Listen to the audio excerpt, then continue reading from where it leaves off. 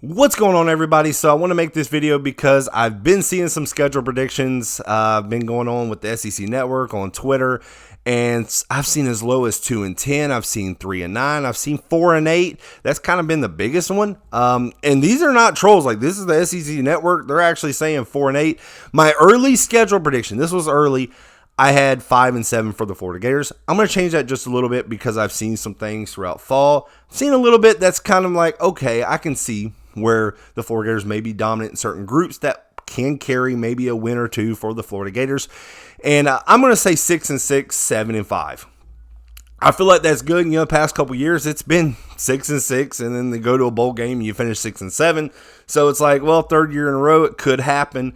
But I feel like it's different this year because I feel like, man, there's some groups that are just so strong that I'm like, man, they can really give some teams some trouble. And, I'm talking about two groups. You got the running back group, of course, everyone knows. And then you got the defensive line. If you're a Florida Gator fan, you know how strong that defensive line is. Florida Gators did lose Justice Boone, their starting defensive end, torn ACL. But I think, man, if you had to look at what group could maybe sustain an injury and still just be just fine, it's the defensive line. And because, man, they got some monsters. You got Desmond Watson returning, got Cam Jackson, the Memphis transfer, got Caleb Banks, Louisville transfer, Princely U he's still there. He's going to wreak havoc in the backfield for any opponent. I'm looking at big things for him. But, I mean, that defensive line is just really good, really young. Kelby Collins, TJ Searcy. I'm really excited about Kelby Collins. I think he's going to actually be able to come right in now and get more playing time with the injury to Boone. And Kelby Collins, I don't know if you've seen him. I'm really excited about him. Florida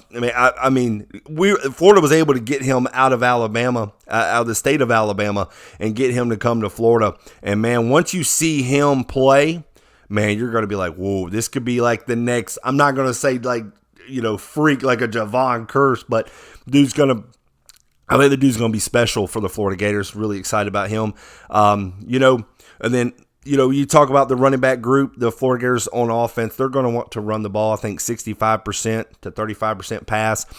And my biggest question is, can the offensive line this year eliminate the mental errors? Can they, holding calls or false starts, just stuff that can be fixed?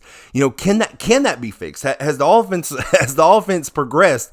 Because even last year, in the past couple years, it's just been a lot of mental errors, and you can't do that with a guy like Graham Mertz. Graham Mertz, named the starting quarterback.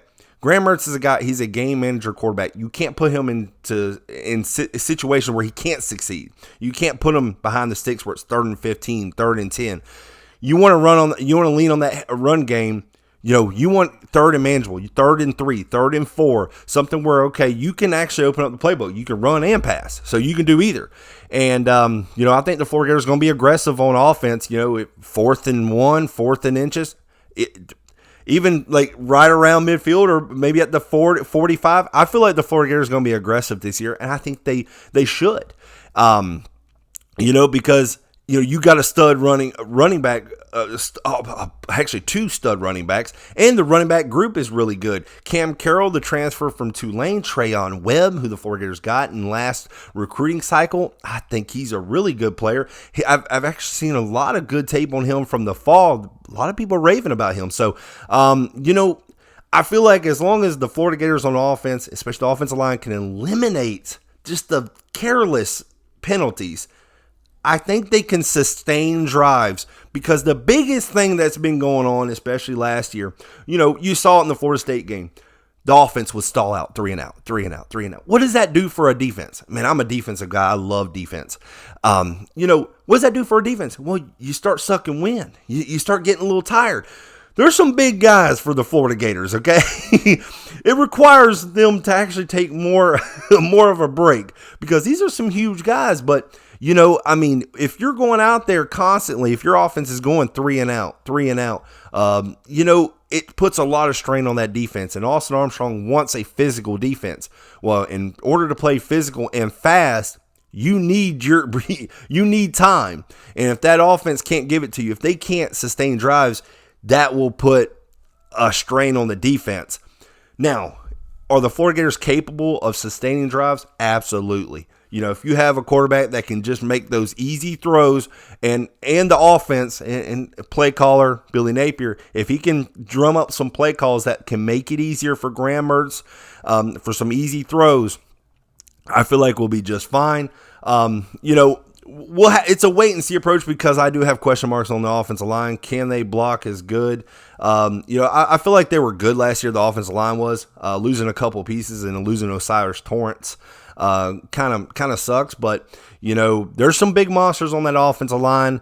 And we'll have to see whenever August 31st rolls around, and we'll see what Florida looks against Utah. And, I'm excited because Utah has a really good running back. They have a really good offensive line. I want to see how that Florida Gator defensive line matches up with Utah. As of right now, now, a lot of people made fun of me. They said, Utah, Florida's going to destroy Utah. I don't feel like Florida's going to, either team is going to really destroy anybody. Now, with Utah's situation, Cameron Rising, I actually respect the heck out of Cameron Rising. I think he's a heck of a player. I feel like if Utah does not have Cameron Rising, and we'll have to see whenever that comes around, especially when we get closer. If Utah doesn't have Cameron Rising, I do not feel like Utah has enough to beat Florida, in my opinion.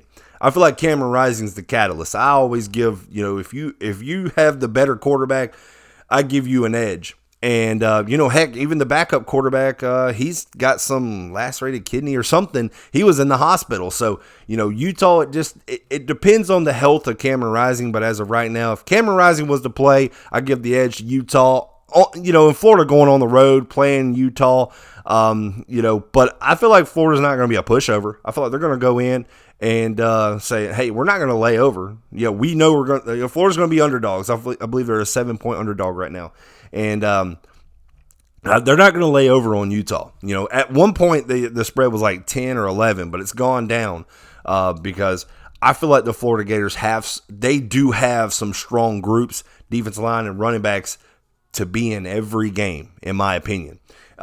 Is it going to be flashy this year? Is it going to be, the offense putting up 35 points a game? I do not think that's going to be the case. And I do not think that's how the Florida Gators want to play it this year. I think they want to rely on that defense and that defensive line. And if that defensive line can get after teams, man, it will make it so much better for the safeties and corners because they just do not have to cover as long and they can play physical. And that's what Austin Armstrong wants to play. He wants to play physical. And, man, if your defensive line's getting after it and getting in the backfield so quick where the quarterback has to release it, a lot quicker than he wants to, man, those corners. And we know that the Florida Gators have some good corners. Former 5-star corner, Jason Marshall, looking at a big year for him. He's going to be a junior, so he's wanting to step out and make a name for himself because he wants to come out in the NFL draft. So maybe first game against Utah, maybe we'll have to see a little bit from Jason Marshall. But I'm excited for football coming in. I'm excited for the first game, Florida, Utah. Utah talking a lot of smack. We'll have to see if they can back it up. But, hey, guys, as always, I appreciate y'all watching this channel. Don't forget to hit that like button. Don't forget to hit that subscribe button as well. I appreciate it. Y'all have a great one.